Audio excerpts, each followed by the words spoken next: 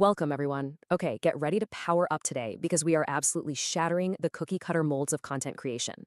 If you've ever felt kind of stuck in that endless loop of internet trends, making the exact same stuff as everyone else and just praying the algorithm blesses you, well, you are exactly where you need to be. In today's Explainer, we're breaking down a fascinating source that reveals how top tier creators actually operate. We're going to completely dissect what's called the movie studio mindset and uncover how stepping outside your comfort zone is literally the key to unlocking massive, lasting success. Okay, let's dive right into this. Have you ever noticed how the exact moment you become truly obsessed with a goal, it's like the universe just hands you the exact puzzle pieces you need? The creator we're analyzing today actually experienced this firsthand. Literally 5 minutes before they went live to record, they stumbled across this incredible piece of inspiration that perfectly validated everything they were about to teach. And, it wasn't an accident. It was the direct result of exactly where they were placing their mental energy. So, the psychological foundation for this whole thing is called the red car theory. Think about it. If I tell you right now to look for a red car, suddenly you're going to see red cars absolutely everywhere. Obviously, they were always there, but your brain is just now filtering them into your awareness. And the source material really emphasizes that when you focus your energy in a direction of growth, exploration, and crucially, embracing technology instead of fearing it, you automatically start attracting new access and opportunities. You basically start seeing the red cars of your specific industry. So here's our roadmap for today. First, the movie studio mindset. Second, the power of creative consistency. Third, filling the niche void. And finally, taking action and innovating. All right, part one, the movie studio mindset. Creating content with purpose. And this brilliantly illustrates why creating content with actual, deliberate purpose is the main difference between blindly reacting to whatever the internet is doing today and building a structured, solid online business. It's really a choice between two paths. On one hand, you have shiny object syndrome, constantly chasing the newest app, abandoning your niche because something else popped off yesterday, basically just imitating everyone else. But then on the other hand, you have the movie studio mindset. Think about it. A massive movie studio doesn't just panic and change its entire production schedule just because some random viral video blew up on a Tuesday, right? Instead, they operate from a place of quiet observation. They absorb information, they watch what the imitators are doing, and then they add a totally unique standout twist. The source makes a really great point here. Your goal shouldn't be to step on someone else's toes. You want to pioneer your own lane so deeply that there is a massive, obvious difference between them and you. Moving on to part two, the power of creative consistency, the long game. So, if the movie studio mindset is our blueprint, consistency is absolutely the concrete foundation. True longevity in this space isn't about landing one viral hit. It's about building a digital asset that outlasts the crazy daily trend cycle. To really hammer this point home, the creator from our source shares a super personal grounding metric: 25. That is the number of years they have stuck with the exact same cell phone carrier since high school. Like, no way, right? Sure, there were other offers and cheaper deals waving in their face over the decades, but they remained fiercely loyal. And this metaphor is absolutely crucial for us. When you bring that level of stubborn, intense consistency to your online business and totally block out the shiny objects, you end up building something incredibly resilient. But let's translate that stubborn consistency into actual content creation. 1,500. That's how many TikTok posts the creator had to actually hit publish on just to master the platform and build their foundation. Honestly, 1,500. Just let that sink in for a second. That is a massive amount of output. The source makes it extremely clear if you aren't willing to put in that kind of grueling, repetitive work, you're simply not going to make it. Consistency is definitely not glamorous, but it is 100% non-negotiable. And, well, here is the spectacular payoff of all that hard work. Notice the massive difference in the numbers. So the creator built an entire account around the horror niche, amassing a really solid base of about 30,000 loyal followers. But sitting right at the top of that account is this massive pillar of consistency. It's a chopped up 2D animation horror clip that they posted nearly 5 years ago, and it has pulled in over 1.7 million views. What's so incredible about this is that this video, which actually wasn't even AI generated back then, just clever 2D animation, is literally still driving traffic to them today. It anchored their entire following. It just proves that sticking to a specific genre, rather than pivoting every 5 minutes, creates assets that literally pay dividends for years. All right, part three, filling the niche void, the Aisha AI case study. Now, What's really interesting here is seeing what actually happens when you combine that movie studio mindset with the courage to step entirely out of the box, specifically to address a massive blind spot in mainstream technology. Remember earlier how I mentioned the creator found inspiration right before recording? Well, this was it. A tech innovator created a custom tool called Aisha AI. And why? Because mainstream AI tools often completely fail to accurately represent specific cultures, usually just spitting out generic or biased responses. But the creator of Aisha AI didn't just complain about this void, she built a solution. By centering Black sources and history as foundational principles, she spoke directly to a community that so often feels totally excluded by generic tech. Just look at the very first thing you see when you log into this custom AI. It immediately hits you with this powerful, highly specific history. It shares the incredible story of Alan Allensworth. He was the highest-ranking Black officer in the U.S. Army back in 1908, and he bought 800 acres and built an entire California town from scratch. Wow. I mean, this isn't the generic, watered-down information you get from a cookie-cutter prompt. By centering this really specific cultural need, the product instantly becomes magnetic, highly valuable, and just deeply personal to its audience. It literally stops the scroll because it speaks directly to them. And that brings us to part 4, taking action and innovating, the creator's loop. Let's move on and see how this all builds into a daily workflow. We have the mindset, we know the immense value of consistency, and we've seen the sheer power of filling a void. So how do we pull this all together? Well, through a highly practical, repeatable framework that I like to call the creator's loop. Step 1, observe the trends.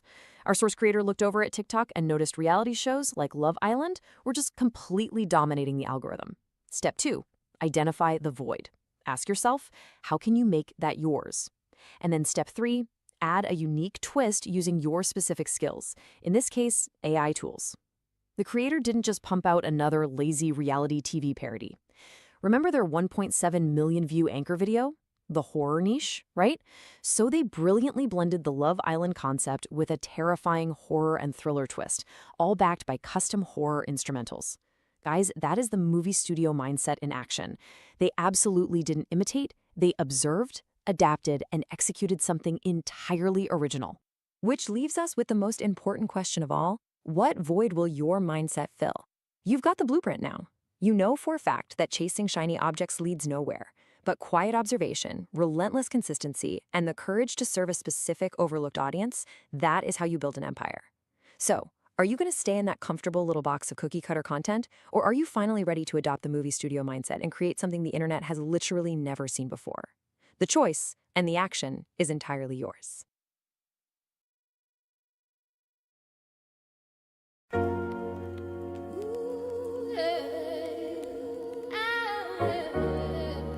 Freedom ain't the weekend.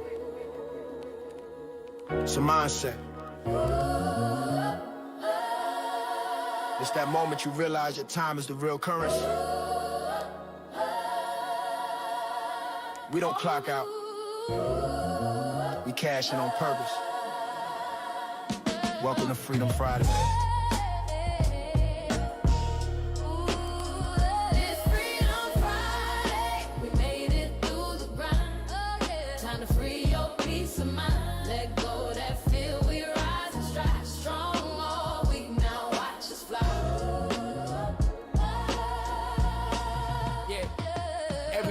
Start with vision, Friday end with proof.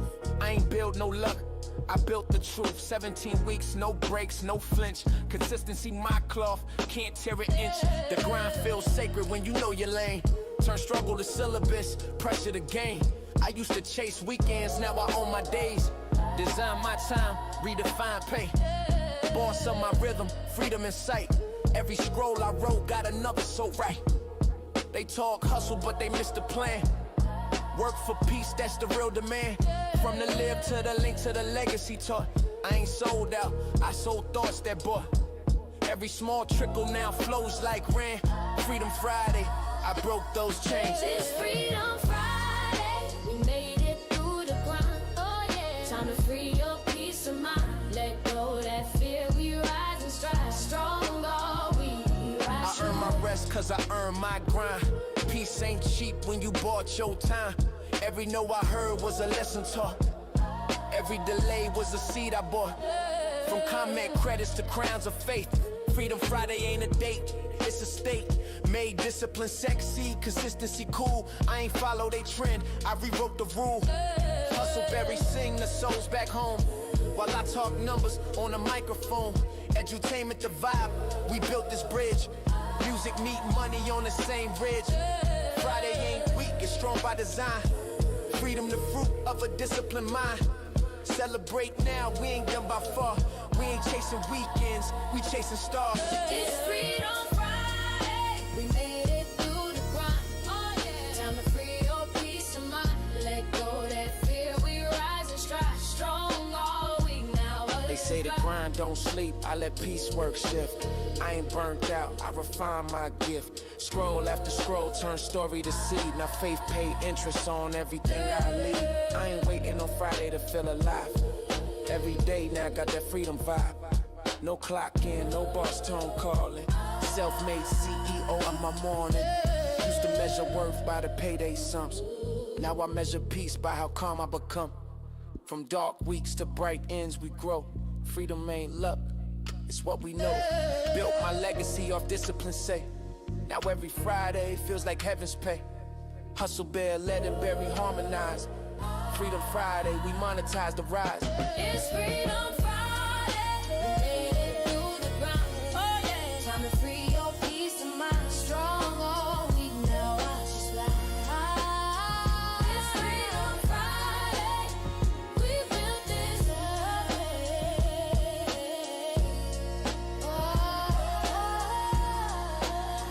we built this life.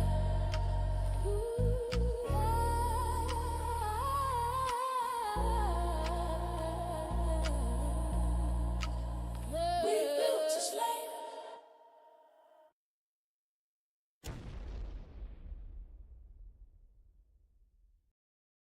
I did not realize how much of my life was running on autopilot until I started learning about self-awareness. This 5-part video series helped me understand why I reacted the way I did in certain situations. It also showed me how becoming more aware of my own thoughts could improve my relationship's productivity and confidence. The lessons are simple, but they make you think differently about yourself. If you have been working on becoming a better version of yourself, I think you will get a lot out of this series.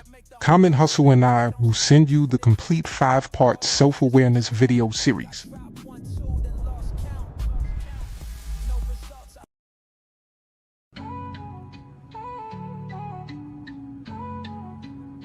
I give you food for action, don't choke on the truth. This lesson I prepared was made just for you.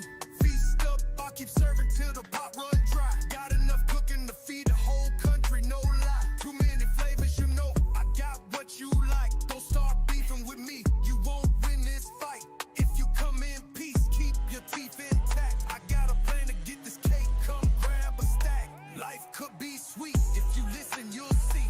Food for action on a platter, served fresh by me. I'm serving knowledge on plates, got the recipe down. A blend of hustle and wisdom, that's my sound. I'm feeding the masses, no crumbs, full course. But if you bring nothing to the table, find the door. Stop acting like you got beef, it won't taste right. This flavor's reserved for those ready. Okay, family, we are live. We are live. And once again, I want to welcome you guys back to another episode of the Hustlers 10-Minute a Day Challenge. Today is Strong 55, day 5, and we are right at 14 minutes into today's challenge. So, it's that day again. It's that day again, just as the intro theme song says. And as we pull back the curtain, today is Freedom Friday. So now we all want to experience that feeling of freedom. And I'm no different. I want to experience that myself. Now, every day I put in that work. I give you guys value that you won't find anywhere else. I provide insight into obtaining a mindset switch that will help you unlock your fullest potential. We start off each live with a very edutainment-filled training. So today, just like every other day, we started off with a edutainment-filled training that was focused on the movie studio mindset.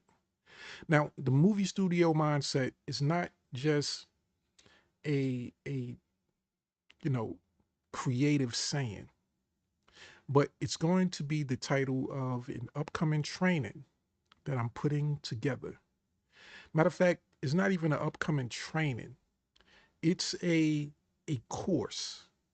It's something that actually teaches you step by step how to do something specific, how to actually step into what I call the movie studio mindset, using creative AI tools to be able to make just about anything that you want. So if you're a content creator, or if you're thinking about becoming a content creator and you want to build an online business that's focused on content creation, specifically using your personal creativity and AI tools that are built for, you know, being able to consistently create content, tools that's designed to unlock your potential and that are unlimited. And when I say unlimited, I don't mean, you know, they say, hey, you get unlimited access, but then you're limited by a credit limit. I'm not saying unlimited by telling you that you get 1,000,000 credits, which makes you believe that, hey, this is unlimited. I'll never use 1,000,000 credits. And then you find out that each video requires 10,000 credits just to make a 5-second video. No, no games like that. But we're actually giving you something that will allow you to be limitless, being able to create whatever it is that you can imagine. Now, here in the Hustler's Secret Success System, which is inside the Hustleverse, our core principles is designed to teach you to unlock your creativity and to expand your mindset. Now, whatever you do with that mindset, that newfound mindset that you have, that's on you. And everybody's going to be different. Everybody's going to have a different experience. Everybody's going to get something a little bit different out of our time together, out of all of the things that we learn here inside the Hustleverse. And that's a great thing, because no two people are exactly alike. And no two people will find success in the exact same way. Everybody has their own personal journey and their own path. And I want you to experience yours. Now, let me ask you this question. When was the last time someone asked you, what do you actually like and love? What is it that make you happy? What is it that you actually have a passion for? What is it that you can see yourself doing today and for the rest of your life that will give you true enjoyment? I know everybody's searching for financial freedom, but there is a such thing as enjoyment.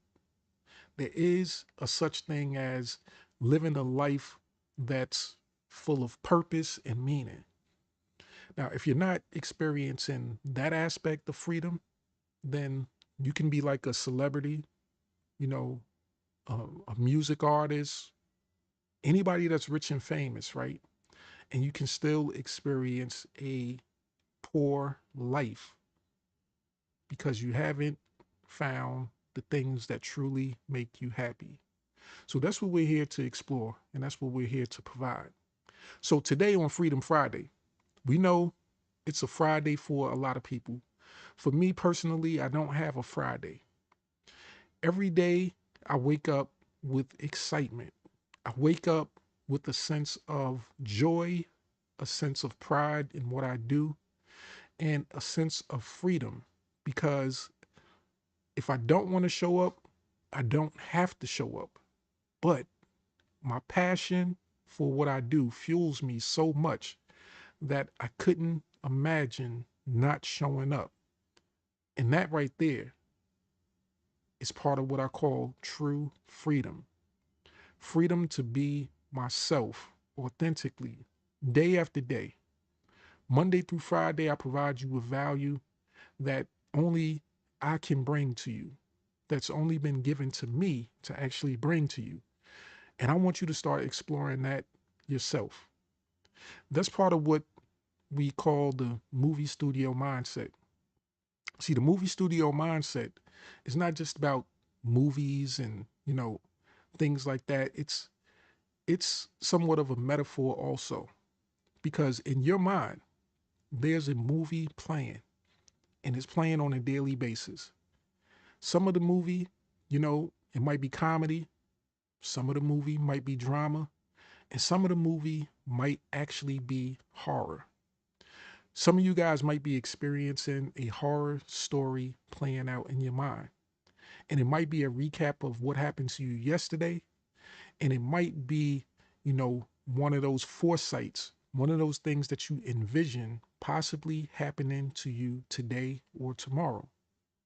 But that's your movie studio mindset that you have. But the great thing about a mindset is that it can always be changed and updated. And the movie that you play in your mind, depending on your creativity, you can make that movie whatever it is that you want. For example, just now, I just imagined myself flying. I just imagined myself, flying amongst the stars. And can I actually do that in real life? No. But in my personal movie studio, my mindset, it allows me to take myself to places that in real life, in the physical world, I can't particularly go. But in the online space, in the world of AI and technology, I can absolutely go there. So today, we're going to keep it light. And I want to share with you guys a a training, a I guess I would like to say a deep dive, a podcast episode by one of my business partners, one of my favorite business partners, which is the AI. And it's going to allow me to experience some of that freedom with you. See, with what I'm going to show you, it's going to allow me to take back some of my time freedom. See, I can talk to you guys throughout this entire live, but part of the freedom that I want to achieve outside of financial freedom, it's also time freedom and the ability to leverage systems that's designed to help me obtain time freedom, right? So, what's money and what's having a lot of money to be able to spend if you don't have time to spend it? If you're constantly consumed with taking action on something, with having to show up somewhere that maybe you don't want to be in, or just constantly being tied down to a specific place. Maybe you work in the call center like I used to back in the day.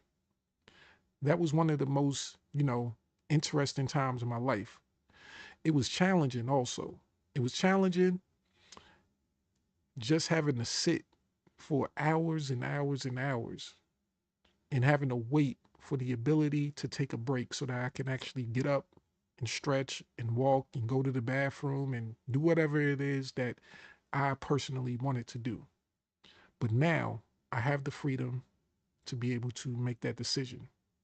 Even though I'm here live with you right now, if I decided to say, hey, give me just 5 minutes, I'm about to, take a little break in the midst of the live.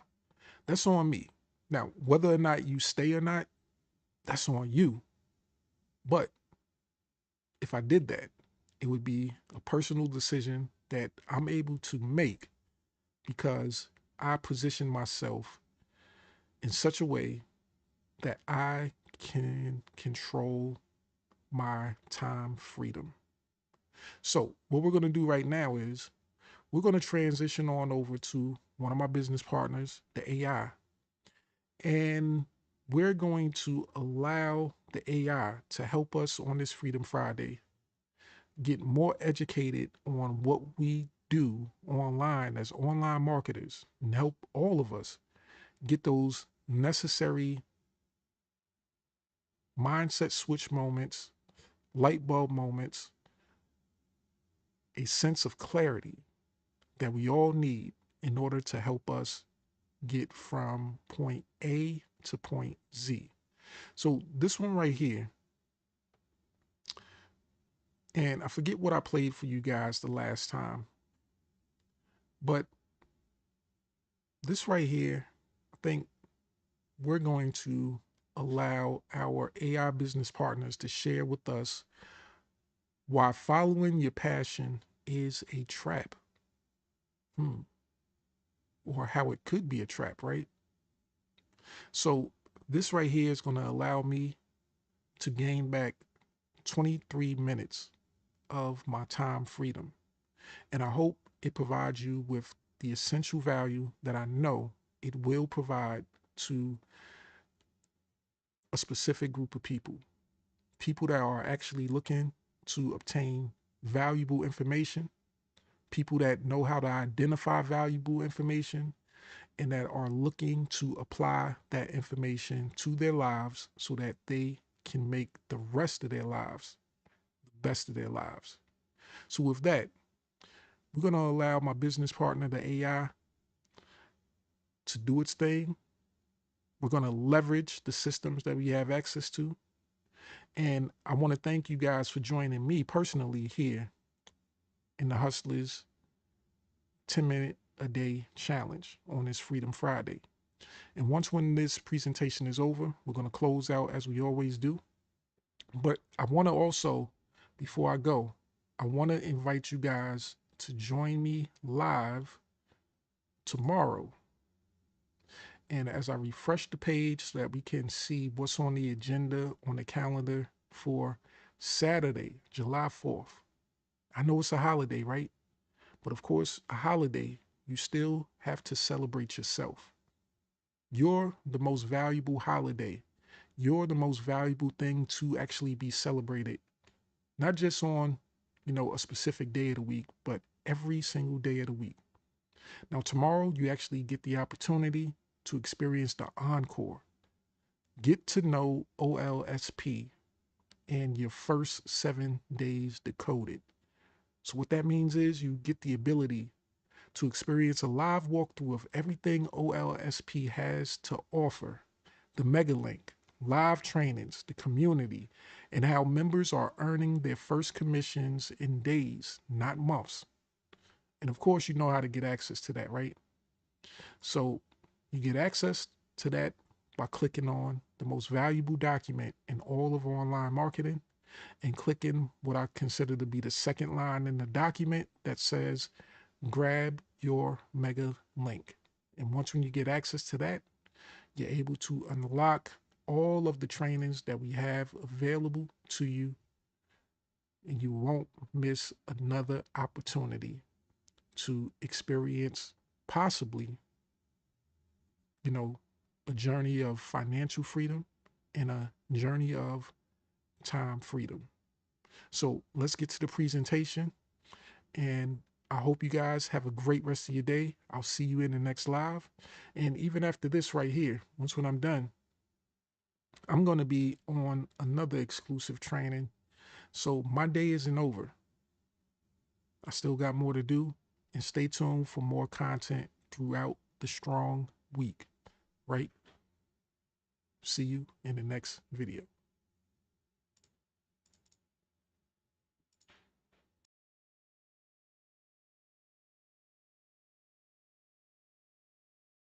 Imagine your absolute favorite hobby for a second.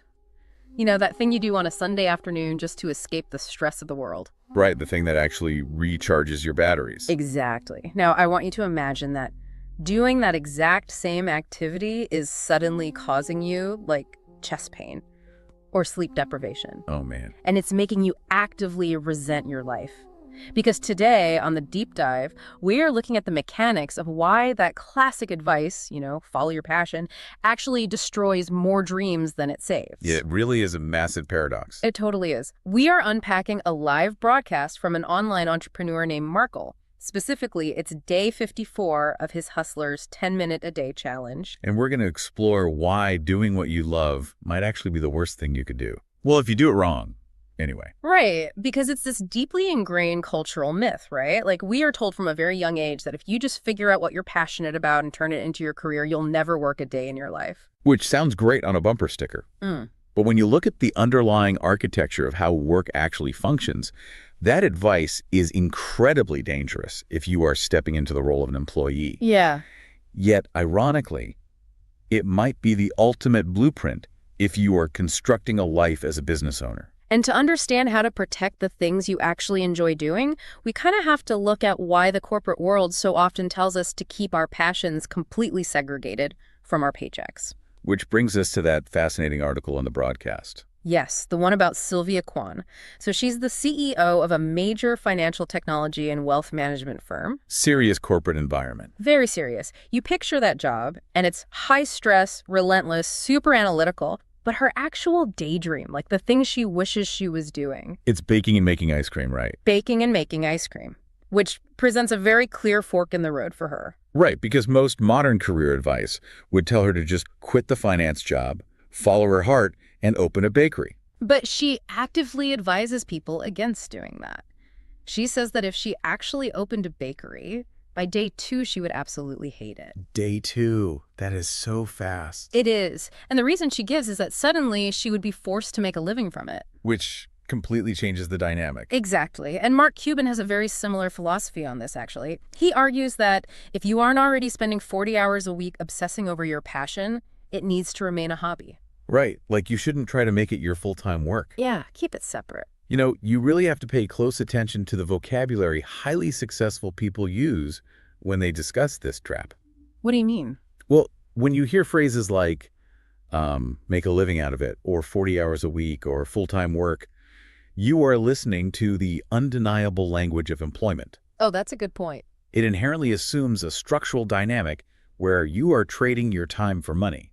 And more importantly, you're doing it on someone else's terms, or at the mercy of some relentless daily quota. Which flips the traditional script entirely. I mean, we're taught that the daily grind is a badge of honor, but they are framing it as a symptom of a broken system. Exactly. The system itself is the problem. Okay, but let me play devil's advocate for a second here. If we take that advice to its logical conclusion, does that mean you should just surrender? Surrender to what? To the grind. Like, do we just accept a mild, gray, passionless 40-hour-a-week corporate existence and leave all the soul-fulfilling stuff for Saturday afternoons? Right, because that sounds an awful lot like settling for a mediocre life. Yeah, exactly. Isn't that just giving up? It does sound really bleak when you frame it as a binary choice like that. But the lesson isn't about settling. It is about recognizing a psychological mechanism at play. Okay, unpack that a bit. It's about understanding how a daily grind, specifically when you lack autonomy, mechanically and systematically strips the joy out of what you love. So the passion itself was never the problem. Exactly. The environment you force the passion into is what kills it. Psychologists refer to this through the lens of self-determination theory. It basically dictates that human beings need autonomy, competence, and relatedness to feel motivated. Autonomy being the big one there. Huge. When you take a passion and strip away the autonomy because now you literally have to do it to pay your rent, the motivation collapses. That dynamic is perfectly illustrated by this case study Markel shares from his own life. We could probably call it the Burger King effect. I love this story so much. So relatable. So before he ever worked a formal job, he genuinely loved Burger King. Like, he really loved eating Whoppers. As one does. Right. So he applies for a job there, and in his mind, he is following his passion. A very natural assumption, honestly. You like a product, so you assume proximity to the creation of that product will bring you joy. Yeah, he figures he'll be around the food he loves, he'll get the employee discount, life will be great. But then the reality of the assembly line sets in immediately. The curtain gets pulled back. Big time. He gets behind the counter, and the magic just evaporates. He starts seeing how the burgers are actually prepped in bulk. Sitting and holding containers under those heat lamps. Yeah, and he realizes they eventually just get thrown into a microwave before they are handed to the customer. Oh. And the psychological toll actually manifested physically for him. The daily mechanized exposure completely changed his palate. Wait, really? It changed how it tasted. Yeah, he used to love Whopper Juniors, but suddenly the beef started tasting weird to him. He noted it had this strange, grainy texture. And he started questioning why it didn't just taste like a normal hamburger made on a backyard grill. That grainy texture is such a visceral metaphor. I mean, it wasn't just the physical meat deteriorating, it was the texture of losing his passion. Oh, that's a great way to put it. Because the daily exposure, combined with an absolute lack of control over the process, it just ruined the sensory experience. When you are just a cog in the machine, you get a view behind the curtain, but you possess zero power to change the script. You see the flaws, you see the shortcuts, but your only job is to just repeat that flawed process 1,000 times a shift. Which brings us to the psychological suffocation of customer service. He shares another story about working in a call center, which is just the ultimate test of endurance. Call centers are brutal. Oh, the worst. But he says during the training phase, he actually gets pretty comfortable. They put you in this very insulated environment. You get a little trickle of calls. You learn the scripts. It feels manageable. Exactly. Because the training phase is designed to give you the illusion of competence without the crushing weight of real-world volume. It's a highly controlled ecosystem. But then you graduate to the main floor. And chaos ensues. Complete chaos. The call flow just goes through the roof. Yeah. You are dealing with back-to-back irate customers, constant complaints, and this compounding anxiety. Right. But the detail that really highlights the psychological toll is this auditory trigger in his headset. Yeah. The dreaded beep. Right before a new call drops in, there is this steady rhythm, a beep, beep, beep, and then a fraction of a second before a live, angry human being is connected to your ear. The tone shifts. Yes, it shifts to a fast double beep. That is classical conditioning in its purest, most punishing form. It is literally Pavlovian. It really is. That fast double beep becomes a neurological trigger for an impending stress spike. When you are subjected to that 40 hours a week, the sound begins to invade your subconscious. You probably hear it in your sleep. Oh, absolutely. It's the cinematic warning that another unpredictable problem is about to land in your lap, and you have absolutely no ability to pause it, stop it, or walk away from it. He uses an analogy to explain this feeling that really grounds the whole concept for me. Think about a romantic relationship. Okay. You love your partner, you enjoy building a life with them, coming home to them, spending quality time together, right? Sure. Now, imagine if you were forced to sit shoulder to shoulder with your partner on an industrial assembly line for 40 hours every single week. Oh, no. They That sounds like a nightmare. Right. You get no breaks from them. You have no control over the pace of the conveyor belt. You're just grinding out a repetitive task next to them constantly under fluorescent lights. You would inevitably start to resent the person you love the most. Exactly. Because the assembly line inherently kills the romance. Mm-hmm. When you lack control over the system, the pace, and the creative output, the passion transforms into pressure. It really does. Love becomes an obligation. And the moment of passion becomes an inescapable obligation, it becomes the enemy of joy.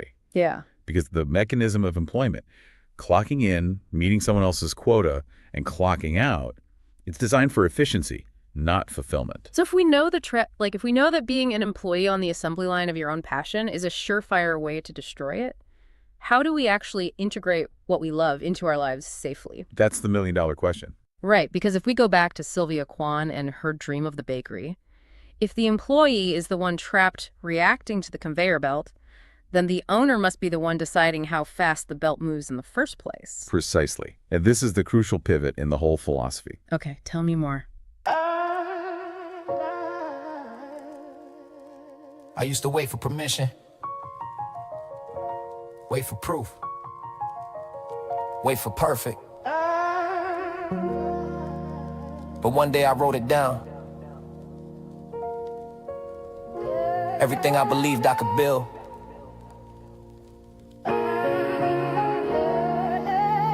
And that page became my blueprint.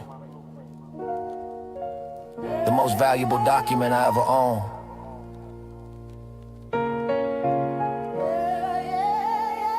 Wasn't signed by anybody else. It was signed by me.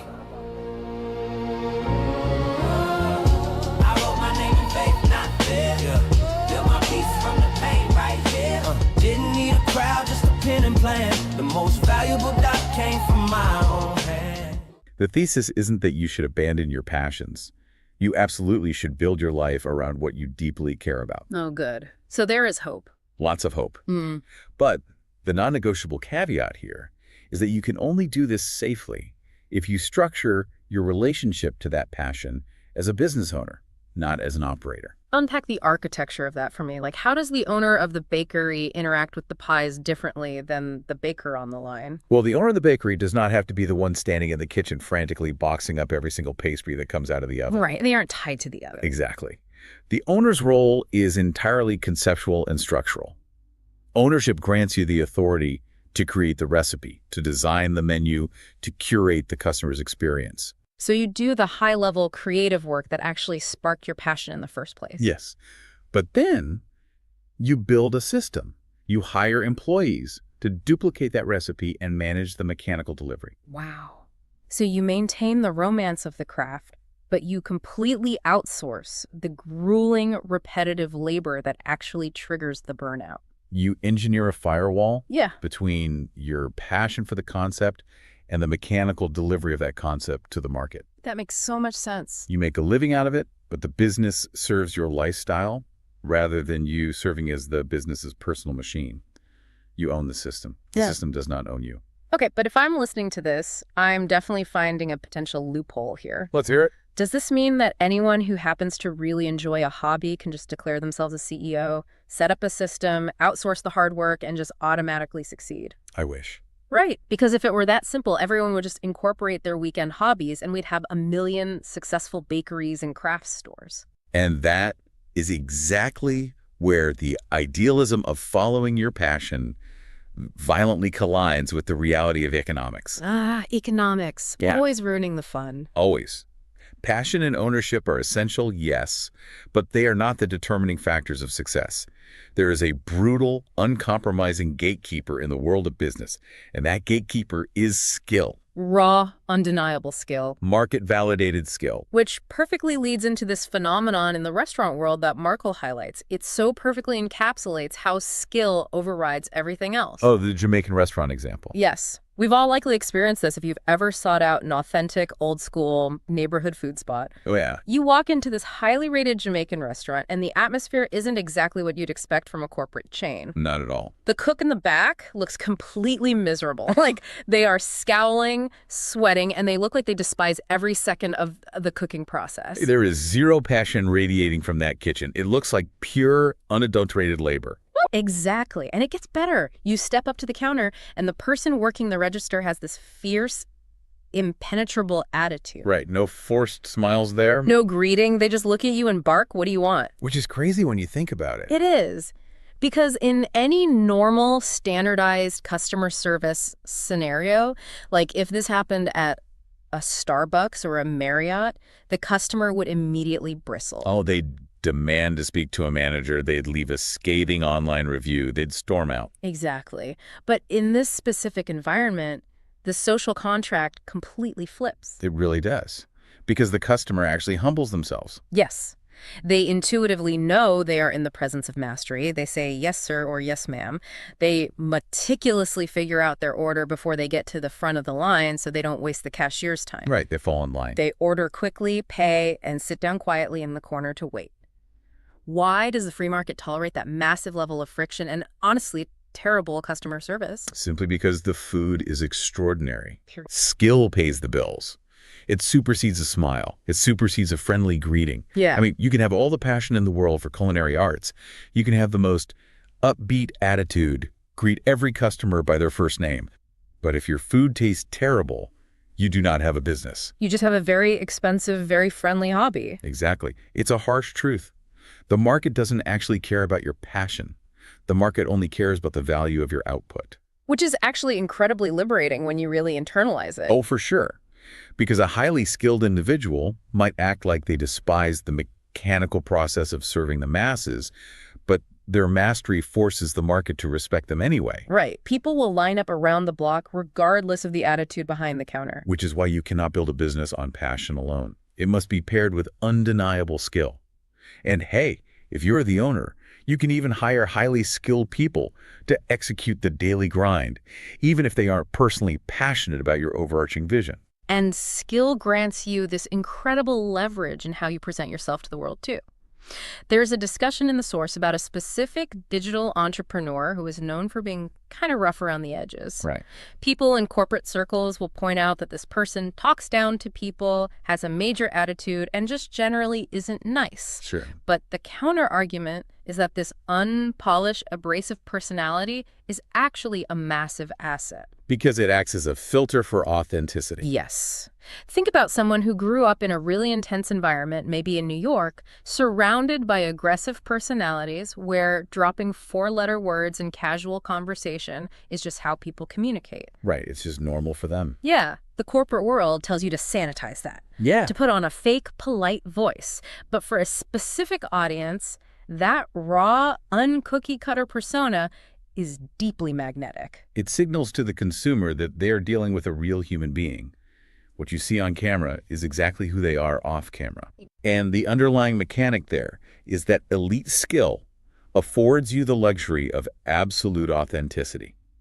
When your competence is undeniable, you no longer have to wear the mask of corporate customer service. You don't have to try to appeal to everyone. Right. Your true personality will naturally attract the people who resonate with your style, and it will actively repel the people who don't. Which is a good thing. A very good thing. From a business systems perspective, repelling the wrong customer is just as efficient as attracting the right one. So if we kind of synthesize this blueprint for you, the listener, you need to act as an owner to protect your passion from becoming an assembly line grind. Check. And you must develop elite skill to force the market to validate your product. Check. But there is a missing link here. You could build the greatest bakery system on earth or possess the most magnetic, authentic personality online, but if your storefront is hidden in a dark alley where nobody walks by, you are going to go bankrupt. Oh, 100%. You need foot traffic. Traffic is the lifeblood of any commercial enterprise. Because without visibility, skill is invisible. This is where the mechanics of modern business intersect with technology, specifically utilizing AI tools to generate intent-driven traffic. We brought up Wayne Crow's live training on AI traffic from the source material earlier because the internet is just a very noisy place. You can't just open your digital doors and hope people stumble in. No, you have to actively pull them to you. Right. AI tools act like a real-time magnet, analyzing algorithms and user behavior to funnel visitors directly to your storefront.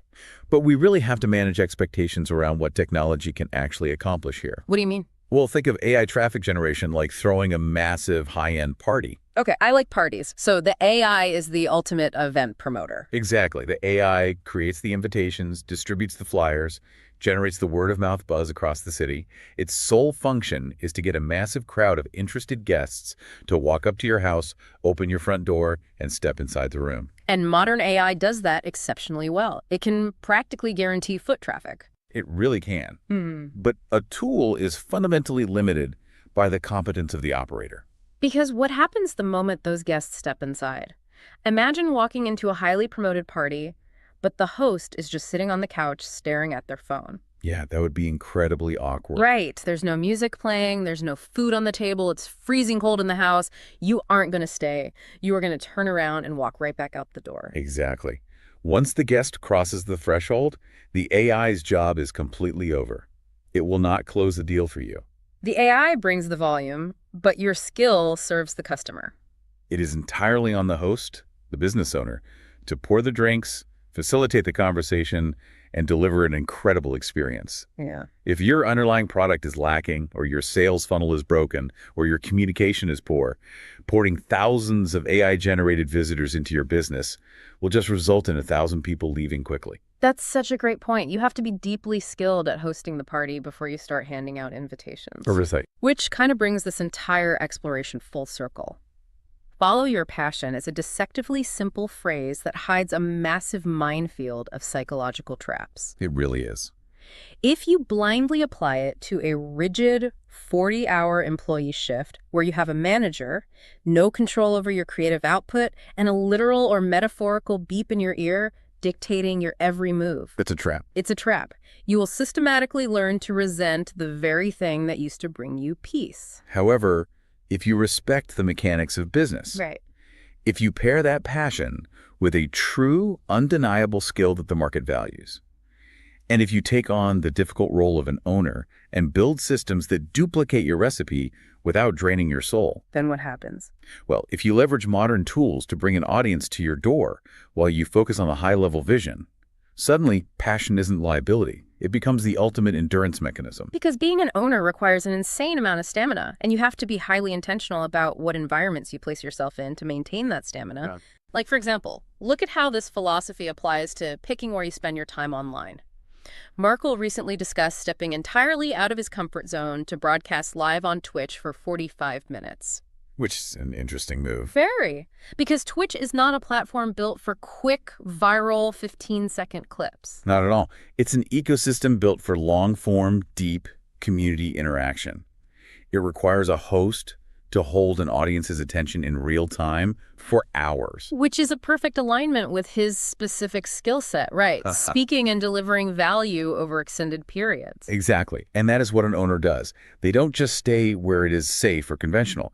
They actively search for or build the right structural environment to maximize their unique skill. They step outside the box to test new frameworks for their passion. Right. It's a really good reminder for you to constantly evaluate where your specific skills fit best, even if it means trying a platform, a method, or a business model you've never used before.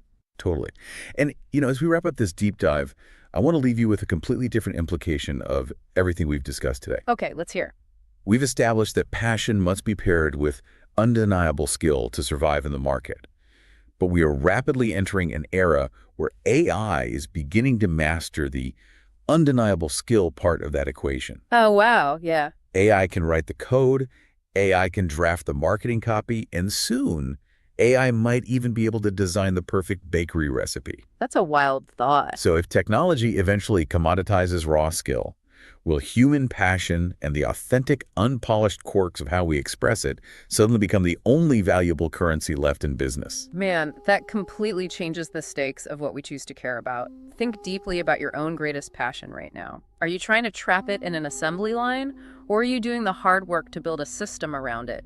Because your passion might soon be the most important asset you own. Thank you for joining us on this deep dive. We'll see you next time.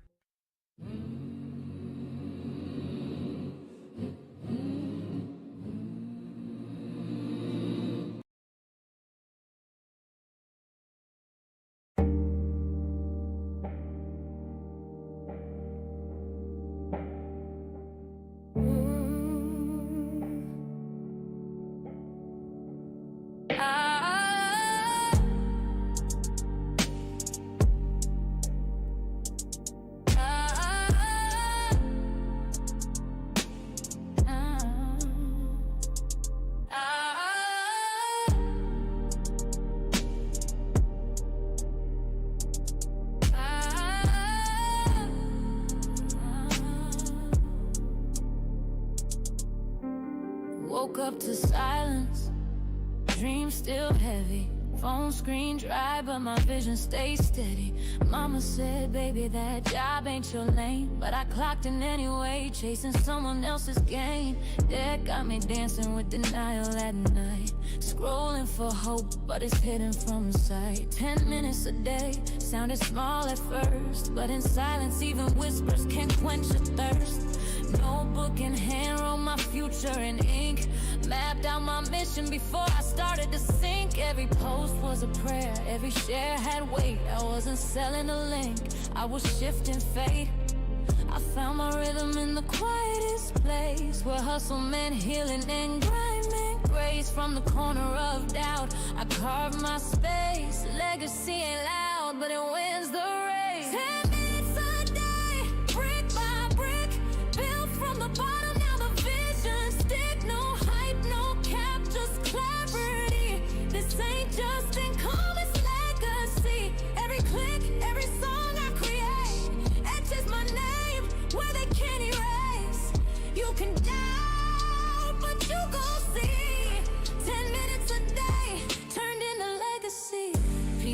laugh, says she doing too much. To my PayPal ping, then they changed up the touch.